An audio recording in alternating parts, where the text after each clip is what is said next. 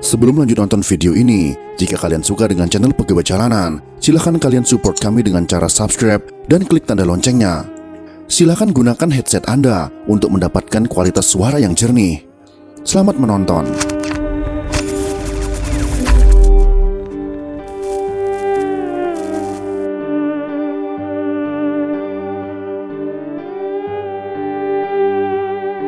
Seorang pria berparas dingin dengan mulut berlumur asap serius berkata, "Jawa adalah kunci. Jam D kita adalah pukul 4 pagi. Kita tak boleh terlambat." Dipa Nusantara Aidit pada tahun 1980-an adalah Syu'bah Asa dalam film berjudul Pengkhianatan G30 SPKI.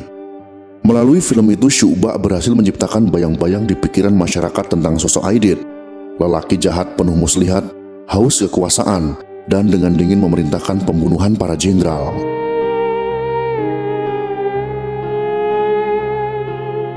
Pasca gerakan reformasi 1998 yang diikuti dengan jatuhnya kekuasaan Soeharto, masyarakat mempertanyakan kebenaran tafsir itu, terutama masyarakat yang simpati dengan PKI.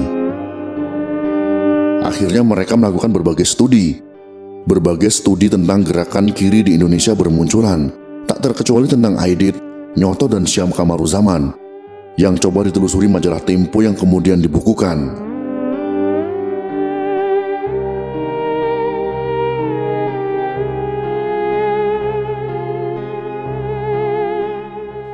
DN Aidit.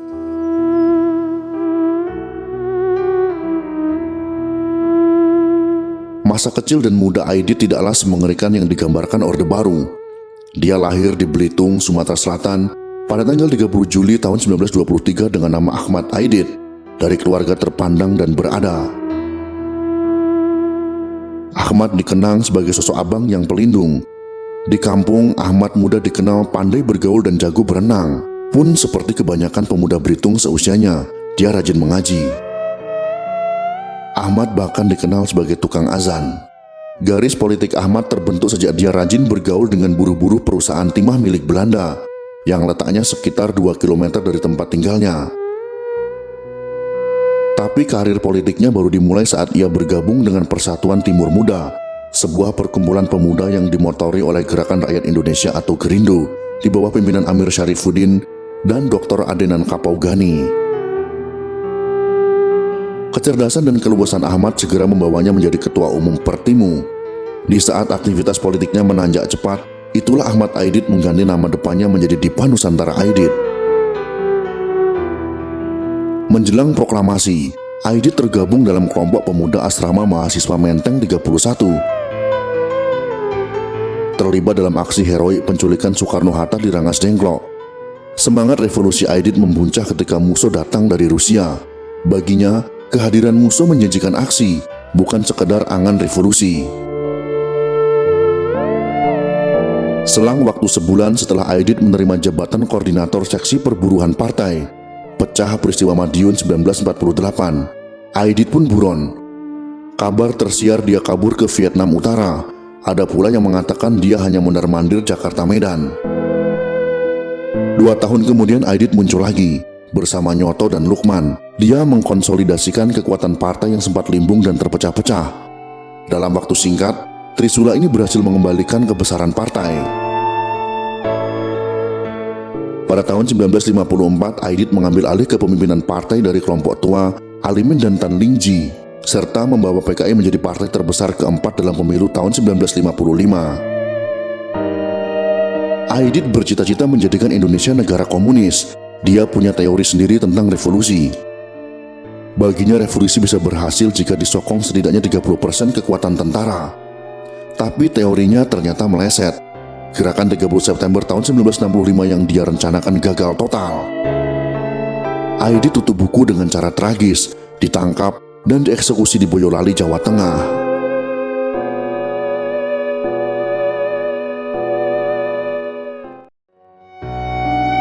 Nyoto.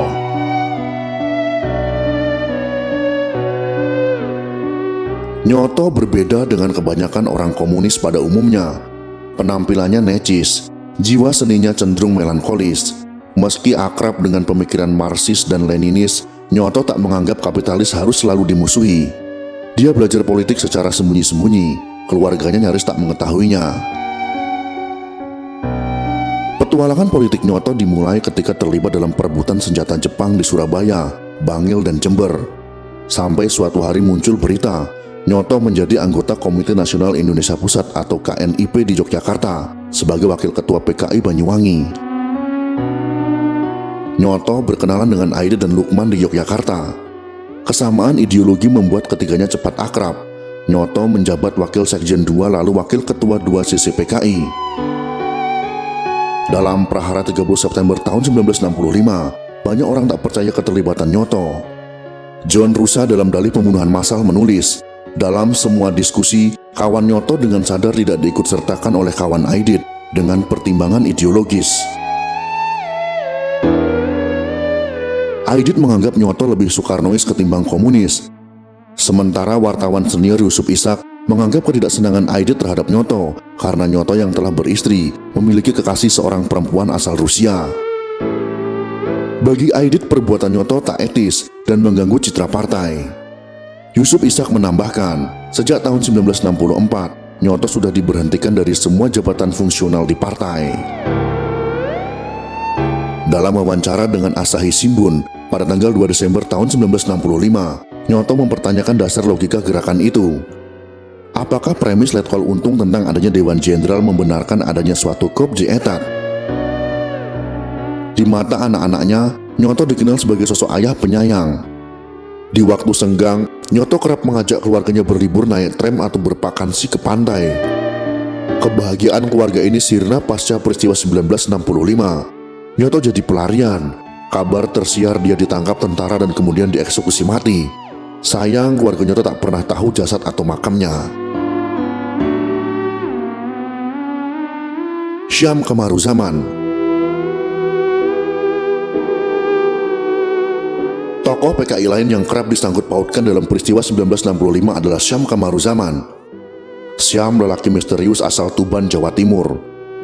Polisi militer mencatat, setidaknya terdapat 5 nama alias yang dimiliki oleh Syam, yaitu Jimin, Syamsuddin, Ali Mokhtar, Ali Sastra, dan Karman. Syam merupakan mozaik penting dalam prahara itu. Tapi kisah hidup Syam lebih mirip mitos ketimbang sejarah. Bahkan banyak petinggi PKI tak tahu siapa dirinya.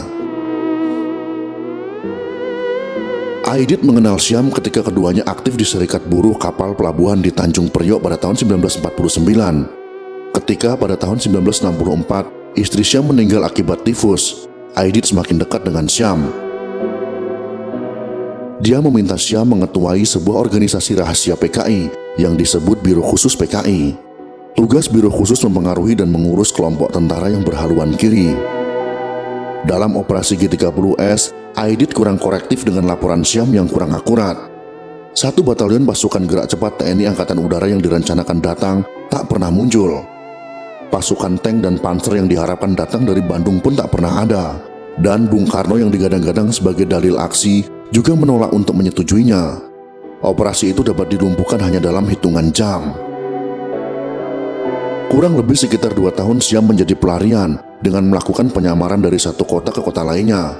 Sampai akhirnya dia ditangkap pada tanggal 9 Maret tahun 1967 di tempat persembunyiannya di Cimahi, Jawa Barat. Di penjara, Syam dikabarkan menjadi informan tentara untuk membocorkan siapa saja anggota militer yang memiliki kaitan dengan PKI. Sama seperti Nyoto, akhirnya riwayat Syam tak pernah jelas. Menurut sebuah versi, Syam dieksekusi mati pada bulan September tahun 1986 di Kepulauan Seribu. Tapi toh keluarga Syam tetap tak mengetahui kebenaran versi ini. Kisah Aidit, Nyoto, dan Syam menunjukkan kepada kita bahwa perjalanan hidup seorang anak manusia dalam bingkai sejarah tidaklah bisa ditempatkan secara hitam dan putih.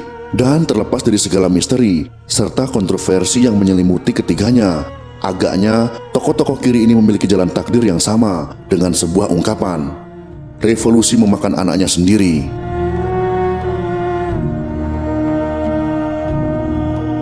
Jika kalian suka dengan video ini, silahkan berikan jempol ke atas. Dan jika kalian menganggap video ini bermanfaat, maka bagikanlah untuk teman-teman Anda yang lain. Terima kasih sudah menonton.